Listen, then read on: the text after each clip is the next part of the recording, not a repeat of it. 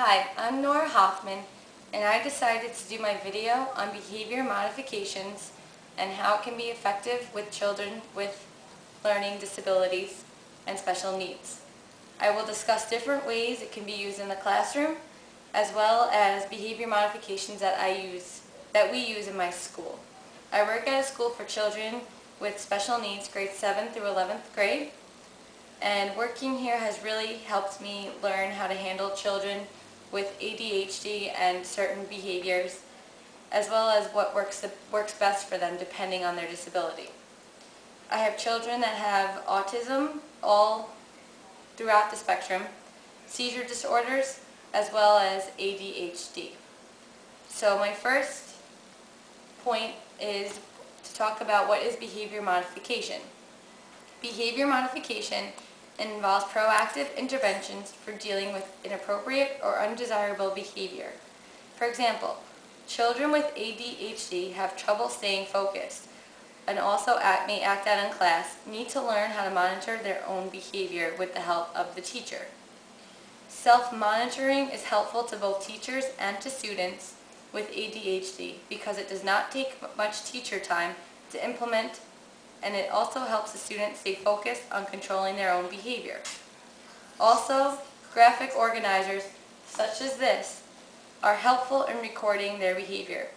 It provides a visual of the target behavior, its occurrence, provides immediate feedback, and it's an active way of staying involved with the student. Also, more importantly, it facilitates communication among the student, the teacher, and the family.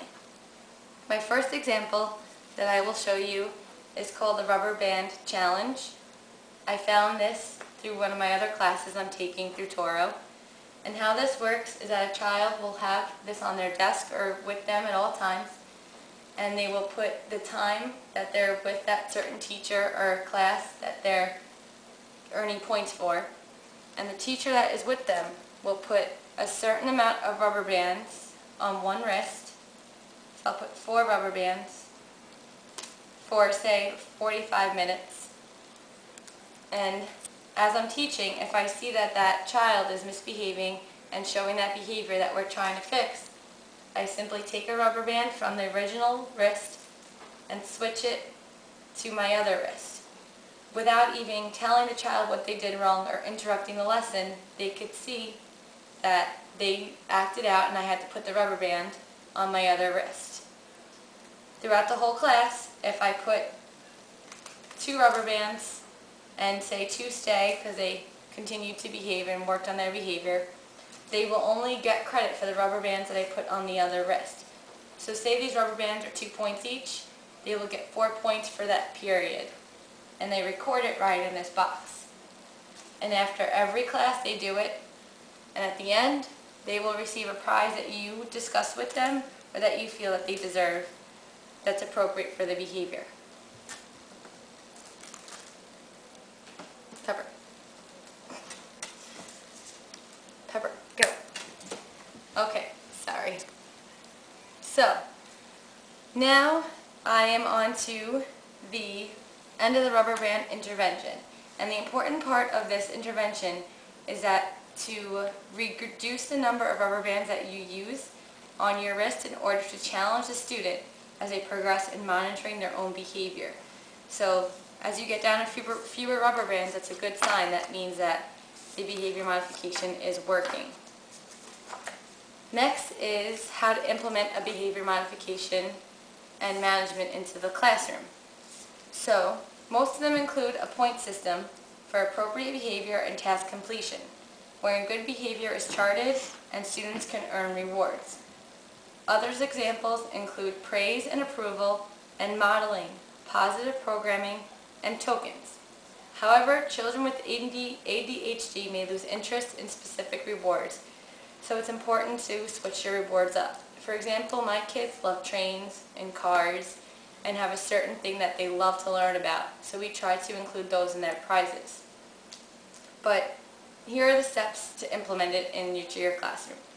Number 1, you pinpoint the behavior you want to change.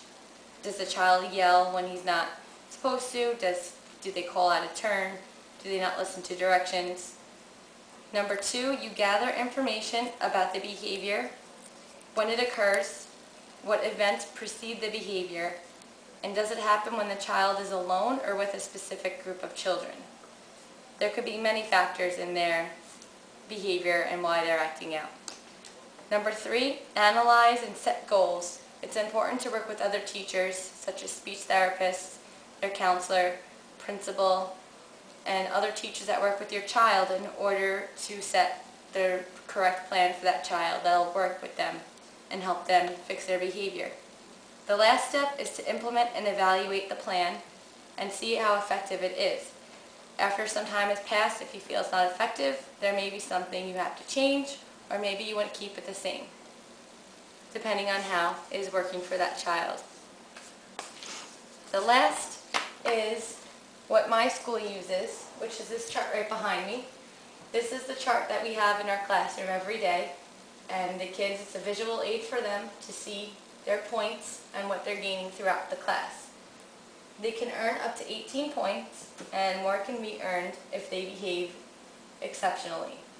At the end of each period and throughout the period, the teacher and teacher assistants give points to the children in each of these sections. Following directions, up to 3 points. Being prepared, up to 5. Paying attention, up to 2. Participating and have a calm body, 3. And respecting others, they earn up to 5. The children are aware of the points with this chart, since it's right up in front of the board, and they are able to see what they need to work on or what they may be losing points in. Being prepared, however, is given in the beginning of the period. It includes 4 components: walking quietly to class, being on time, having required materials, and having homework. So these points are the only ones that are given at the start of class. Respecting others has 5 components: using kind words, respecting others' feelings, respecting others' property, respecting others' personal space, and waiting your turn while others are talking. It is also encouraged that the points be rewarded to the children that are showing exceptional behavior, especially for those children that you are working on a specific behavior with.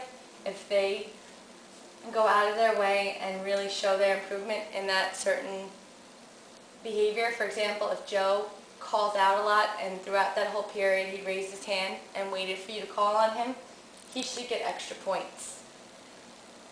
Once a point is earned, it cannot be taken away though. And also, it's also important to give them praise instead of, along with the points, tell them exactly what they did well on, point out with the behavior that they worked on. For example, I would say, Joe, thank you for raising your hand and waiting for me to call on you. They like to hear those words. It makes them want to do better more and more. However, they do lose points. If they curse, they lose 50 points. And if they're violent, they lose 100. If their behavior continues to worsen, we turn them over to the school psychologist or their guidance counselor, and then they work together to find another way to help them not act out the way they are. At the end of the week, they fill out this sheet after any period, but after the end of the week, they're allowed to go to the school store, fill out their check for the amount of points they want to use, and get something from the school store. We have all types of prizes, from bracelets to pencils to notebooks to actual books, reading books, and they're all on different scoring levels. So the pencil may be 5 points and the book may be 20 points, but they have to work hard to earn the prize they want. So that's why this works well with them, because there's always something else to gain and another prize or reward for them to get